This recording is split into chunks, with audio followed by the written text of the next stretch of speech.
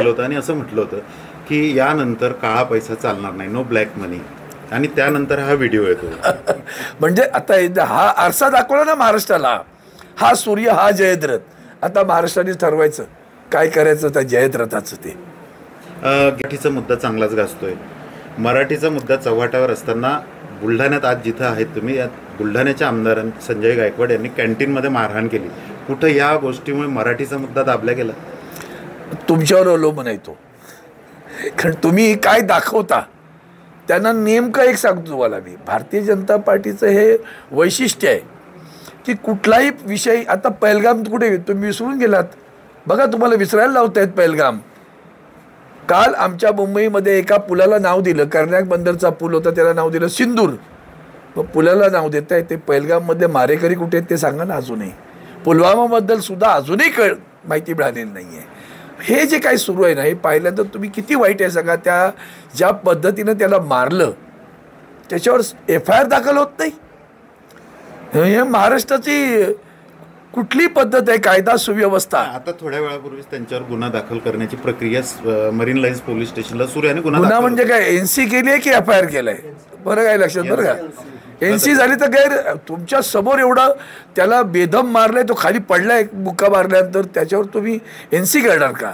काय FIR व्हायला होता? विरोधकांच्या रेट्यामुळे हा गुन्हा दाखल होतोय असं त्यांना विचारलं. निर्लज्जम सदासुखी ते म्हणतात विरोधक नालायक. मी बोललो निर्लज्जम सदासुखी. ठरवायचं नालायक कोण आहे ते आम्ही नाही सांगत. तर महाराष्ट्राने ठरवलं पाहिजे नालायक कोण, आणि बुलढाण्याच्या मतदारांनी स्वतः अंतर्मुख व्हायला पाहिजे.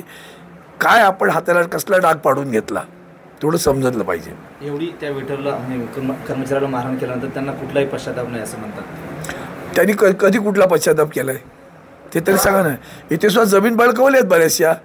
त्या गरिबांना शोधा ना ज्यांच्या जमिनी बळकवल्यात त्या, तेही तुम्हाला कळेल ना.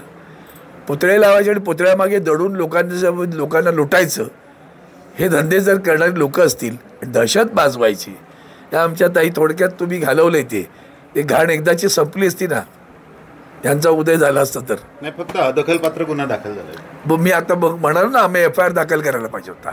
अदखल म्हणजे काहीच नाही ना. म्हणजे मग कायदा सुव्यवस्था कुठे राहील हा प्रश्न आहे ना. मग मला आश्चर्य वाटतं, विधानसभेचे अध्यक्ष काय करतायत? अधिवेशन सुरू आहे, ते कस्टोडियन म्हटलं जातं त्यांना, आणि त्यांचं ते आमदार निवास आहे ना, ते पण त्यांच्या अंडरच येतं बरं का. तिथली व्यवस्था पण त्यांच्या घरी येते. त्यांनी खूप गंभीर घ्यायला पाहिजे होते. पण असं आहे, मुळात आम्ही बोलून फायदा आहे का, की ज्या देशाचे पंतप्रधान कोणी गैर नाही बरं का, गैरा तू वैरा नाही, देशाचे पंतप्रधान आरोप करतात 75,000 करोड का सिंचाई घोटाला हुआ. 8 दिवसात सिंचाई घोटाला ज्यांच्या नावाने बोंब मारली त्यांच्यासोबत येतात, सन्मानाने घेतलं जातं, त्यांना मंत्री केलं जातं. तिथं बाकीच्यांचं काय घेऊन भेटतात, नेताच तसंच, खाली काय की वेगळं असतं. राऊतांनी एक व्हिडिओ आता ट्विट केला आहे, त्यामध्ये मंत्री संजय शिरसाट हे पैशांच्या बॅगा घेऊन जाताना दिसत आहेत. मुळातच खोके नावाने ते सगळे खूप प्रसिद्ध आहेत. महाराष्ट्राला लांछन लागणारं वर्तन गेल्या 2-2.5 वर्षामध्ये महाराष्ट्राला रसातळाला नेण्याचं काम या सगळ्या लोकांनी केले. महाराष्ट्राची संस्कृतीला काळिमा फासणं, प्रत्येकाचं वर्तन बघा तुम्ही. आणि जेव्हा गेले तेव्हा उभा महाराष्ट्र त्यांना आज ओळखतो, तो 50 खोके एकदम ओके या नावानेच ओळखतो.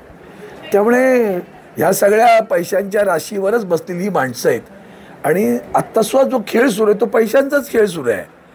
रात्रीचं खेळ चाले तसा ह्यांचा पैशांचा खेळ रात्रभर चालू असतो. आणि आत्ता विधानसभेत अधिवेशनाच्या काळीत सुद्धा पाहिलं असेल की संभाजीनगरमधल्या हॉटेलचे जो काही व्यवहार झाला, अनेक गैरव्यवहार, एका माजी मंत्र्याचा आणि विद्यमान खासदारांच्या ड्रायव्हरच्या नावाने 150 कोटी रुपयाची संपत्ती लाभणं, हे सगळं पाहिल्यानंतर सगळ्यात दुर्दैव कोणत्या देशाचं किंवा महाराष्ट्राचं, ते भारतीय जनता पार्टी स्वतःला असं वेगळा पक्ष बांधते. ती ही सगळं लचाड लॉन्ड्री घेऊन फिरत सुटलेली आहे आणि या सगळ्या भ्रष्टांना घेऊन ते कारभार करत असतात. महाराष्ट्र खरंच सांगतो, या महाराष्ट्रातील जनतेने अजूनही अंतर्मुख व्हावं. हे बनियाचं दुकान चालवतात तसं मतं पाहिजेत, मग तुमचं काहीतरी करायचं टेम्पररी, जसं लाडक्या बहिणींचं केलं, संपली निवडणूक, निवडून झालो, आता तुम्ही गेलात कुठे जायचं तिकडे. हे यातनं आपण शिकलं पाहिजे. काल माझ्याकडे शिक्षकांनी आंदोलन केलं, त्या आंदोलनाला आदरणीय उद्धवजी ठाकरे साहेबांनी जाऊन पाठिंबा दिला, तिथं व्यक्तिशः जाऊन भाषण केलं. मग आणखीन मला वाटतं शरद पवार साहेब गेले, आम्ही स्वतः गेलो होतो, रोहित गेला होता, हे सगळेजण आम्ही तिथे गेलेलो आहोत. या सगळ्या दबाव विरोधी पक्षाचा आल्यानंतर त्यांनी ताबडतोब काल त्यांना 1 टप्प्याचं अनुदान मान्य केलं. ताबडतोब शिक्षक उदो करायला लागले. विसरले का अन्याय कोण करत होतं ते? मंत्री संजय